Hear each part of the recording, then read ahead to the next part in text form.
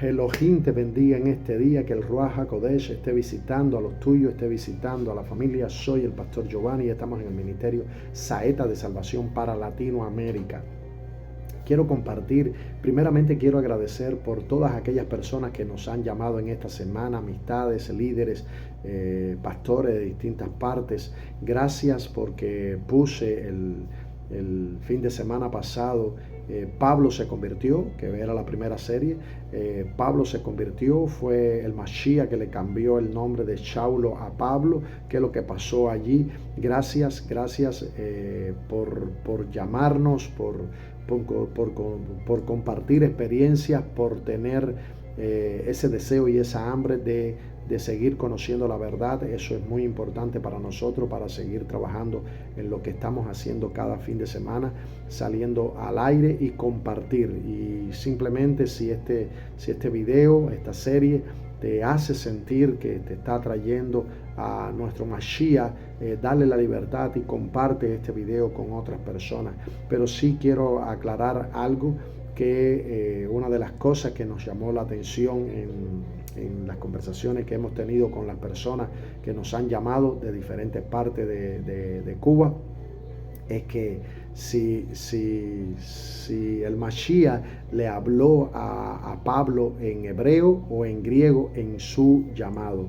Y yo dije allí en el primer programa que el Mashiach llamó a Saulo, a Shaul en este caso, en su idioma original, en hebreo. Por ninguna parte fue griego, por ninguna parte fue latín.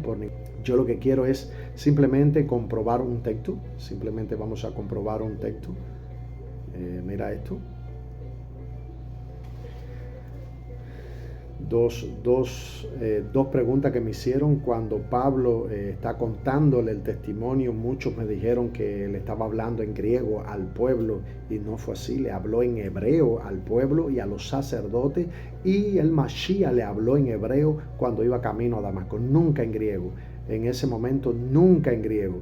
¿Que estaba el idioma griego? Sí, claro, sí, de antelación estaba el idioma griego, el latín, estaba el hebreo, estaba el arameo. Habían cuatro lenguajes, 4 idiomas principalmente que estaban en Israel. Ok, Hechos capítulo 21, versículo 40, con respecto a la conversión de Pablo, con respecto al testimonio que Pablo da. Y cuando él se lo permitió, es decir, el centurión, y cuando él se lo permitió, Pablo se puso de pie en las gradas, haciéndoles una señal con la mano, y cuando ellos guardaron silencio, les habló en lengua hebrea, diciéndole.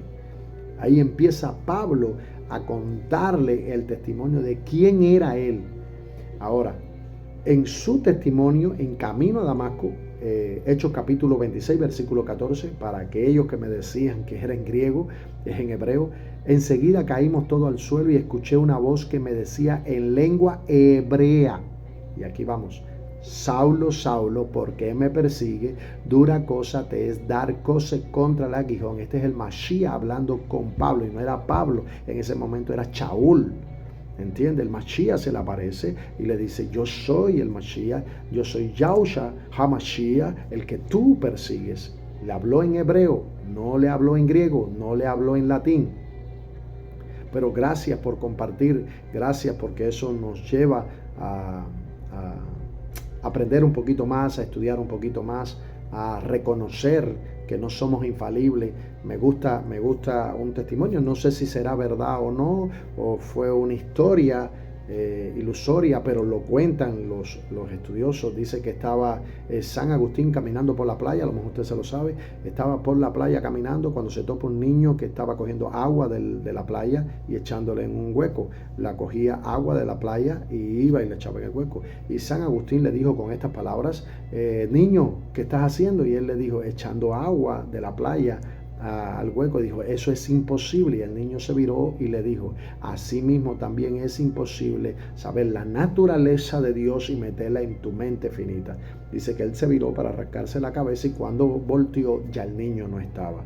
Y así nos pasa a todos. Simplemente tenemos una perspectiva de quién es Yahushua HaMashiach, de quién es Elohim, pero como dijo el apóstol Pablo, le estaba diciendo, vamos a conocer la realidad de quiénes somos cuando estemos en su presencia. Y eso es importante. Ok, cuando Pablo le habla al centurión romano, le cambia su idioma. En vez de hablarle en hebreo, le habló en griego. Mira, Hechos capítulo 21, versículo 39. Pablo le respondió: yo soy un varón judío de Tarso, reconocido de la ciudad de Cilicia, en la cual nací. Te pido que me permitas hablar al pueblo. Le habló en griego, pero cuando le habló al pueblo, le habló en hebreo. Hechos capítulo 22, versículo 2. Al escuchar ellos que le hablaba en lengua hebrea, guardaron más silencio. Entonces él dijo, versículo 26, al escuchar esto, el centurión se acercó al capitán y le dijo: ¿qué haces? Pues este varón es un ciudadano romano. Entonces el capitán, acercándose a Pablo, le dijo: dime, ¿eres ciudadano romano? Y él le respondió: sí. Enseguida el capitán respondió diciéndole: yo obtuve la ciudadanía romana por una gran cantidad de dinero. El versículo 29, al instante se apartaron de él los que querían azotarlo, y el capitán tuvo miedo al enterarse de que él era ciudadano romano, pues él lo había atado. Ok, teniendo esto ya claro, vamos a entrar entonces en materia. Hechos capítulo 8, versículo 9. Pero había un hombre, y quiero hablar ahora de Simón el mago. Había un hombre en la ciudad llamado Simeón, que por un tiempo había estado practicando magia y tenía atónita a toda la gente de Samaria, declarando que él era algo grande.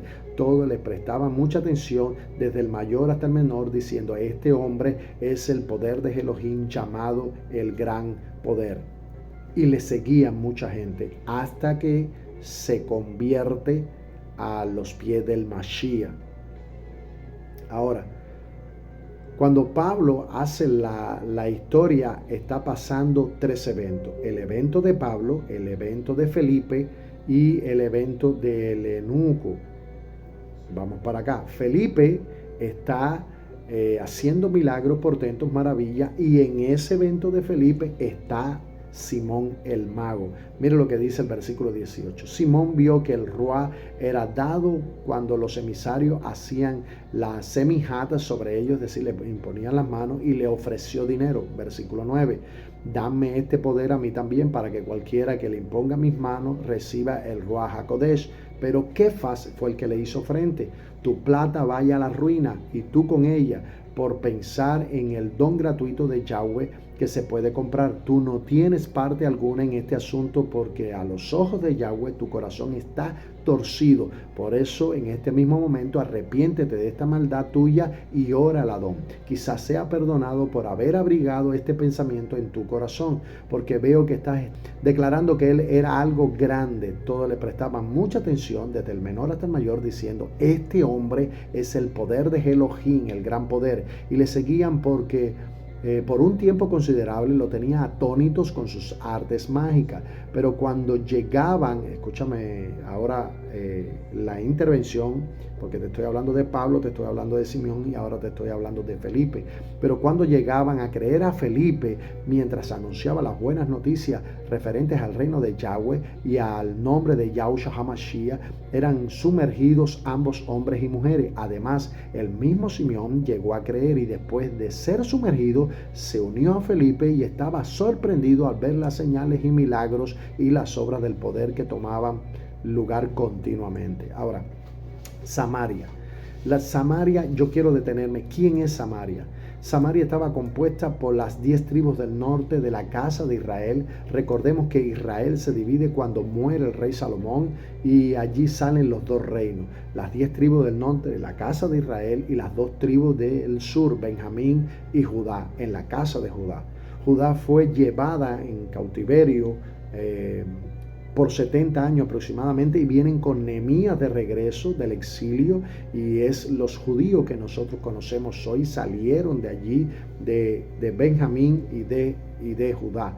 Las 10 tribus del norte fueron llevadas en el 722 aproximadamente antes de Cristo a Siria y dispersas por el mundo de aquel tiempo, y la mayoría se asentaron en Samaria, se unieron a los gentiles, y sale una dicotomía de raza. Surge el hebreo, el israelita, y el gentil no judío. Muchas veces se piensa que cuando vemos a un israelita, creemos que es judío, y no es así. Los que estaban en Israel en su mayoría eran de las dos tribus de la casa de Judá, de Benjamín y de Judá. Ahora, Shaul era de la tribu de Benjamín, que estaba en Israel. Por eso que Jerusalén constantemente odiaba a los samaritanos, porque se vuelve, para ellos se volvieron una raza mixta. Para ellos Judá y Benjamín eran los puros. Se habían divorciado, las 10 tribus se habían divorciado del pacto, es decir, de la Torá que había establecido, porque se habían ligado a otras ciudades, a otras naciones con ídolos y culturas paganas. Ahora, cuando vamos al texto, vemos cuando Felipe trae el evangelio a Samaria, se vuelve una explosión completa, un avivamiento completo. Empiezan a ver las señales, empiezan a ver los milagros, y Simeón, el mago, empieza a mirar, y cuando él se convierte, Simeón piensa que el don se compraba. Vamos a recordar algo: Simeón no era un gentil, Simeón era un hebreo, un israelita gentil, que no es lo mismo. La gente de Samaria pensaba que era un hombre que hacía milagros, que hacía portentos, que era enviado de Dios, y no fue así. Mira lo que dice el versículo 9 del capítulo 8. Pero había un hombre en la ciudad llamado Simeón, que por un tiempo había estado practicando la magia y tenía atónita a toda la gente, extremadamente amargado, completamente bajo el control del pecado de ley Kefa. Entonces Simeón respondió: oren al Adón por mí, para que nada de estas cosas que han dicho me suceda. Ahora, versículo 38, y mandó, y viene el otro, versículo 38, vamos con Felipe, y mandó a parar el carro, y descendieron ambos al Magín, es decir, al río, y Filipos y el eunuco bautizándole. Versículo 39, cuando subieron del Magín, el Roá de Adonai arrebató a Filipo, y no le vio más el eunuco, y se fue por su camino gozoso. Este eunuco era judío, era de Etiopía, interiorizó y comprendió el bautismo, es decir, la misbah. La misbah él la comprendió porque él conocía la Torá. Él sabía que se estaba hablando de un Mashiach que iba a venir cuando empieza a leer el rollo de Isaías. Esto se hacía como una práctica judía. Él se bautizó con Felipe porque era algo normal en Israel, para que tú entiendas. Era la misbah o bautismo en el nombre de un rabino, se tenía que bautizar en el nombre de un rabino, y este discípulo quedaba atado al yugo de ese rabino, a las enseñanzas, a las instrucciones de ese rabino. Vas entendiendo ahora cómo es el proceso. Por eso es que cuando llega Juan el Bautista, dice: yo los bautizo a ustedes, pero detrás de mí va a haber uno que los bautice con poder y con fuego, con agua y por fuego. ¿Por qué? Porque era normal en Israel de que un discípulo, cuando se acercaba a un rabino y lo tomaba como discípulo, este discípulo tenía que bautizarse, es decir, hacer misbah, bautizarse en el nombre de ese rabino. Por eso es que ahora entendemos por qué Juan el Bautista dice eso cuando él va a bautizar a las personas al Jordán. Juan dice esto a estas personas: ustedes están adaptados a eso, pero el que viene detrás de mí va a romper esto, porque lo que va a traer es poder sobrenatural sobre las vidas y sobre las almas de cada uno de ustedes. En Hechos capítulo 9 versículo 1 dice la Biblia, narrándome la historia de Shaul: entonces Shaul, respirando aún amenaza y homicidio contra los discípulos del Señor, se presentó al sumo sacerdote y le pidió carta para la sinagoga en Damasco, con el fin de llevar preso a Jerusalén a cualquiera que hallase del camino, fuera hombre o fuera mujer. Mientras iba de viaje, llegando cerca de Damasco, aconteció de repente que le rodeó un resplandor de luz del cielo, y cayó en tierra, y oyó una voz que le decía: Saulo, Saulo. Y esta es la Reina Valera: ¿por qué me persigue? Le está hablando en hebreo. Y le dijo: ¿quién eres, Señor? Y él respondió: yo soy Jesús. Y aquí está el primer error, uno de los errores de la Reina Valera. Al traducir, todo está muy bien, todo se está hablando en un contexto hebreo, y de repente ponen el nombre de Jesús en griego. No, ahí va Yeshua HaMashiach, el que le está hablando a Saulo de Tarso, porque no era Pablo. Él en ese momento era ciudadano romano, pero no estaba apelando a ninguna ciudadanía porque no estaba en tela de juicio, estaba estaba teniendo una experiencia sobrenatural con el Mashiach. Biblia K2, mira esto. Hacemos una comparación ahora. Hechos capítulo 9, versículo 1. Entre tanto, Shaul todavía respiraba amenazas asesinas contra los Talmidín, es decir, discípulos del Adón, del Señor.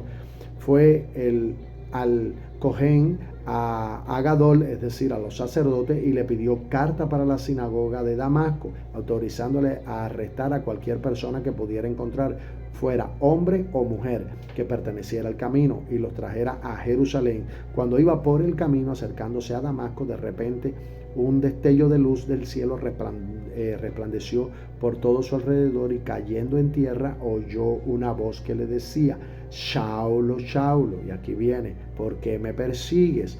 Él preguntó: Señor, ¿quién eres? Y él dijo, el Adón le contestó: yo soy Yahusha, el que tú persigues. Levántate ahora, entra a la calle derecha y espérame allí, que tengo propósitos eternos contigo, porque ahora vas a sufrir por quien tú persigues. La orden era levantarse, y la orden para nosotros hoy es levantarnos. Pero en el contexto ya estás mirando que hay tres cosas fundamentales: la conversión de Pablo, Felipe con el avivamiento y el eunuco, y dentro de ese evento está Simón el mago. Hay muchas cosas que nos llaman la atención de este pasaje. La conversión de Pablo es una experiencia simplemente sobrenatural, porque Pablo ya estaba inscrito, para decirle así, en el libro de la vida para el ministerio a los gentiles.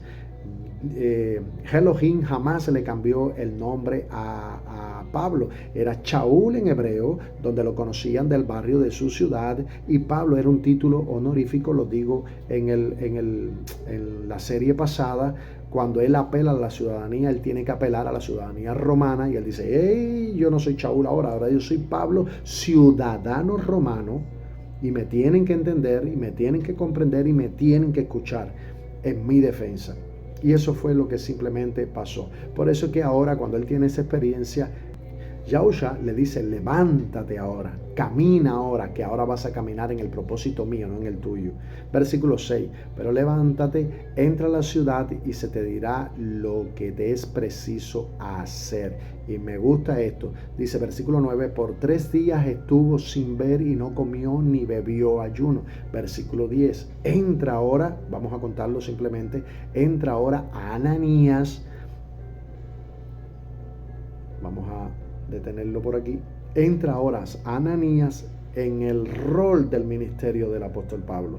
Allí entonces Dios le da instrucciones a Ananías, Elohim le da instrucciones a Ananías que fuera a la calle derecha, que impusiera las manos sobre Pablo para que éste viera, y éste iba a cumplir con el propósito o el ministerio sobrenatural de Yahshua en él. Por eso es que Ananías dice: Señor, este hombre es un asesino, un perseguidor. Y él le dice: ok, Ananías, yo te estoy mandando a que tú vayas allí y le pongas las manos, porque este va a cumplir con el propósito mío hacia los gentiles. Yo quiero ahora decirte algo. He escuchado a predicadores decir que Ananías, el que le puso la mano, fue el que se levantó contra Pablo, lo llevó hasta Cesarea, a Félix, allí para que lo mataran, para que lo azotaran, y eso. Y hay un error. En el libro de los Hechos, queridos hermanos, mis hermanos, hay 3 Ananías, no hay un Ananías, hay 3 Ananías. Está Ananías y Zafira, está este que te voy a hablar, Ananías, que era el sacerdote que sintió el odio, el rencor, sintió el desprecio por el apóstol Pablo cuando Pablo hace su defensa delante de los sacerdotes, delante de los fariseos, delante del pueblo, hablándole. Este hombre hace todo lo posible y lo imposible para que lo azotaran y lo llevaran delante de Félix. Dice Josefo, el historiador judío de la antigüedad, que este hombre fue déspota, este hombre fue cruel, este hombre fue una persona súper violenta, y era sacerdote porque Herodes, en aquel momento Herodes II, más o menos por el 48, 49 después de Cristo, es el que lo pone al frente como sacerdote, y dice que en una revuelta era tanto el odio que el pueblo le tenía que lo mataron. Y el tercer Ananías es el que te estaba hablando en este momento, que fue el que le puso la mano al apóstol Pablo. Y me gusta esto, mira, te voy a decir algo, me gusta algo del apóstol Pablo que tenemos que aprender nosotros como líderes en este momento. Pablo en cada testimonio lo hace como 3 veces, creo que en el libro de los Hechos, si mi memoria no me falla, como 3 veces cuenta su testimonio, y una de las cosas que pone es Ananías, aquel que le puso la mano. Pablo, a pesar de su capacidad, a pesar de su vehemencia a través de la Torá, que amaba la Torá, era un hombre que amaba la Torá, que lo tenía en la mente, la tenía en el corazón, hace simplemente una defensa, y dentro de esa defensa es tan sencillo el apóstol Pablo, que tenemos que aprenderlo de él, que toca a Ananías. Y Ananías, un hombre íntegro, un hombre que me puso la mano por el llamado de Yahweh sobre mi vida. Y así tenemos que aprender nosotros los líderes. A veces lastimosamente nos tomamos éxitos de otras personas que vinieron atrás de nosotros o que estuvieron atrás de nosotros, que fueron los que, en otras palabras, el buen cubano, se comieron el cable en una construcción, se comieron el cable en una persecución, y automáticamente nosotros cogemos los beneficios y queremos o nos hacemos que somos los hombres superpoderes, y no es así. El apóstol Pablo nos da una lección de humildad. Recuerda a aquellos que te enseñaron, recuerda a aquellos que te guiaron hasta aquí en este momento. Yo no puedo rechazar a mis padres con sus errores, con sus virtudes, me dieron el tamaño que yo tengo, y tengo que respetarlo y honrarlo. Quizás se equivocaron en el camino y ahora me toca a mí corregir sus errores hasta aquí, el que yo tenía, y automáticamente tomar de nuevo de esos errores, partir de cero y comenzar de nuevo. Y eso es lo que estamos haciendo en este mismo momento, volviendo de nuevo a la misma verdad que había establecido el apóstol Pablo. Escúchame bien, nunca el apóstol Pablo negó la Torá, jamás negó la Torá. Pablo hizo de la Torá una tesis, para llamarle así, hizo una tesis para que todo el mundo fuera a esa tesis y acudiera y viera al Mashiach. En el versículo 12 creo que él cuenta de Ananías, del capítulo 22, déjenme buscarlo aquí un momentico, Hechos 22, 12, si la memoria no me falla. Aquí lo tengo. Un hombre llamado Ananías, un seguidor observante de la Torá, escúchame bien, observante de la Torá, que era altamente estimado por la comunidad judía allí, dice esta versión. Pablo se acuerda de este hombre, se acuerda de aquellas personas que lo instruyeron, de aquellas personas que lo guiaron en su caminar, porque lo único que hizo el apóstol Pablo fue agregar al Mashiach a su teología. No había otra. Él no cambió la ley, vio que en la Torá estaba el Mashiach, estaba registrado su venida, estaba registrado su resurrección. Ahora vamos al capítulo 9, versículo 16, porque yo le mostraré cuánto le es necesario padecer por mi nombre. Eso se lo dijo Yahushua HaMashiach a Ananías para el ministerio del apóstol Pablo. Entonces, si miramos a Pablo, el griego, estamos viendo aquel hombre valiente, decidido, que fue a predicarle a los gentiles. Ahora, si estamos viendo a Shaul, lo único que estamos viendo es que Shaul era una Torá viviente. Dicen algunos eruditos que tenemos que tomar el ejemplo de practicar lo que hacía Shaul. En el versículo 19, me gusta esto del versículo 19, porque mire lo que dice: y habiendo comido, recuperando la fuerza, Saúl estuvo por algunos días con los discípulos que estaban en Damasco, y enseguida se puso a predicar de Yahushua en la sinagoga, diciendo: este es el Hijo de Dios. Escúchame eso. Tremendo. Lo único que hizo el Ruach Kadosh, tratar con la vida de de Pablo y emprender aún así el propósito de Elohim a través de Yahushua HaMashiach en Pablo. Y eso es lo que nosotros necesitamos hoy para este tiempo. Fue un fuera de serie, simplemente fue una persona que predicó el evangelio de Yahushua HaMashiach a través de la misma Torá que él practicaba, que él cuidaba desde la antigüedad, como él dice, la Torá, la ley de mis padres. Por eso es que Pablo era un celoso de la Torá. Mira, si un judío le crea a otro judío, no hay milagro, es normal. Pero si un gentil le crea a un judío, eso es un milagro. Y eso fue lo que hizo el apóstol Pablo con el ministerio a los gentiles. Y para terminar, quiero tocar algo que muchos predicadores hacemos, y yo lo hice, y a los textos y los sacaba de contexto y predicaba lo que yo entendía. Pero ahora en este momento veo que la Torá me trae una libertad, me trae una paz, me trae un principio, una visión para ver cosas diferentes, para ver cosas que están allí en la Torá, que es para hacernos libres y traer paz. Y muchos predicadores toman los textos y los sacan de contexto porque no quieren tocar lo que viene o lo que está arriba o lo que viene debajo. Mira esto, por ejemplo, nosotros hablamos de sanidad y esto no lo sabemos todo. Éxodo 15:26 que dice, porque yo soy Yahweh, tu sanador, y hacemos estudios bíblicos de esto. Pero nadie quiere reconocer el versículo 26 que hay que cumplirlo. Si oyeres atentamente la voz de Yahweh tu Dios, e hicieres lo recto delante de sus ojos, y dieres oído a sus mandamientos, ¿a qué cosa? A la Torá, y guardares sus estatutos, ¿a qué cosa? A la Torá, ninguna enfermedad entonces de las que envié a los egipcios te enviaré a ti, porque yo soy Yahweh tu sanador.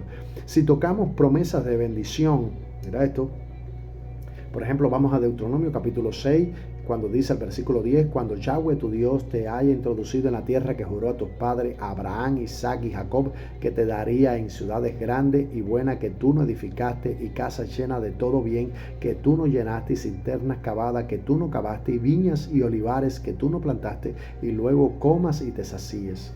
Entonces cogemos ese texto y le damos para adelante, y tremendas predicaciones y tremendos estudios, y simplemente estamos sacando un texto de contexto. Lo único que hacemos es que la condición de la bendición está allí cuando nos dice que es escuchar y obedecer los mandamientos de Yahweh. Yahushua resumió toda la Torá en 2 mandamientos. Escúchame lo que te voy a decir. Marcos capítulo 12, versículo 29. Y Jesús le respondió, estoy leyendo la Reina Valera, el primer mandamiento de todo es, oye Israel, el Señor nuestro Dios, el Señor uno es, y amarás al Señor tu Dios con todo tu corazón, y con toda tu alma, y con toda tu mente, y con toda tu fuerza. Este es el principal mandamiento. Pero el segundo es semejante, amarás a tu prójimo como a ti mismo. No hay otro mandamiento mayor que estos. Esta es la declaración de Yahushua. Pero muchos piensan que ya estos son los 2 mandamientos que tenemos que cumplir. No. Este es el resumen. Pero cuando tú vas al resumen, tienes que ir a lo que está allá, a lo que se estableció allá, a lo que está escrito allá, a lo que da vida allá. Lucas capítulo 10, versículo 25, cuando dijo Yahushua, y he aquí un intérprete de la ley se levantó y dijo, para probarle, maestro, ¿haciendo qué cosa heredaré el reino de los cielos? Y él le dijo, o en este caso la vida eterna, y él le dijo, ¿qué está escrito en la ley? ¿Qué está escrito en la Torá? ¿Cómo lees? Aquel respondió y dijo, amarás al Señor tu Dios con todo tu corazón, alma y toda tu fuerza, y con toda tu mente, y tu prójimo como a ti mismo. Y él le dijo, bien, has respondido, haz esto y vivirás. ¿Qué cosa? Guardar la Torá. ¿Qué cosa? Aplicar la Torá. ¿Qué cosa? Llevar la Torá a nuestros corazones. Mira, quiere que te diga una cosa. Si yo llego a saber que esos mandamientos me dan libertad, yo no hubiera cometido tantos errores que he cometido en mi vida. Te lo digo sinceramente. Unos propios y otros externos. No hubiera cometido tantos errores como he cometido en mi vida por no aplicar la Torá a mi vida. Te lo digo con sinceridad. Ahora, cuando tú lees eso, se omite lo que dice Deuteronomio capítulo 6, versículo 11, que nunca son leídos cuando se prometen las bendiciones que están escritas. Oye Israel, versículo 4 al 9 y del 17 al 9. Oye Israel, Yahweh uno solo es y amarás a Yahweh tu Dios de todo tu corazón, de toda tu alma, con toda tu fuerza. Y estas palabras que te mando hoy estarán sobre tu corazón, las repetirás a tus hijos, hablarás de ellas estando en tu casa, andando por el camino, al acostarte y cuando te levantes. Y la atarás como una señal como frontales, entre tus ojos, y la escribirás en los postes de tu casa y de tus puertas. Y guardad cuidadosamente los mandamientos de Yahweh. Y guardad los mandamientos de Yahweh. Mira esto. Y guardar los mandamientos de Yahweh. Si yo digo guardar los mandamientos de Yahweh, estoy haciendo simplemente lo que Él me está mandando. Estoy estableciendo lo que Él me está diciendo. Estoy haciendo y aplicando lo que Él me mandó a aplicar. Por eso tenemos que entender que la ley no es gravosa. Dice 1 Juan capítulo 5, versículo 3. La ley no es gravosa, la Torá no es gravosa, como piensan muchos. Eso yo lo pensé por años. Pero ahora que yo veo la Torá desde la perspectiva hebrea, soy libre. Tengo libertad. El Ruach HaKodesh me ha hecho libre y me sigue haciendo libre porque es un manantial, hermano. Es un manantial, y te lo digo con toda la sinceridad posible. Es un manantial lo que hay en la Torá. Hay un manantial. Cuando tú lees una parashá, es decir, lo que nosotros le hablamos en griego, cuando tú lees un capítulo, ahí está. Por eso vamos a ir de nuevo a la Torá. Vamos a regresar a la Torá. Vamos a regresar a lo que nos da vida, a lo que nos da un sentido de propiedad para caminar en esta tierra. Dios te bendiga en este momento. Recuerda, estamos aquí en el Ministerio Saeta de Salvación para Latinoamérica y seguiremos la otra sección con el apóstol Pablo. ¿Se convirtió Pablo? Yahushua HaMashiach le cambió el nombre. Lo seguiremos viendo. Vida eterna y que Elohim y la paz de nuestro Adonai estén contigo. Nos vemos.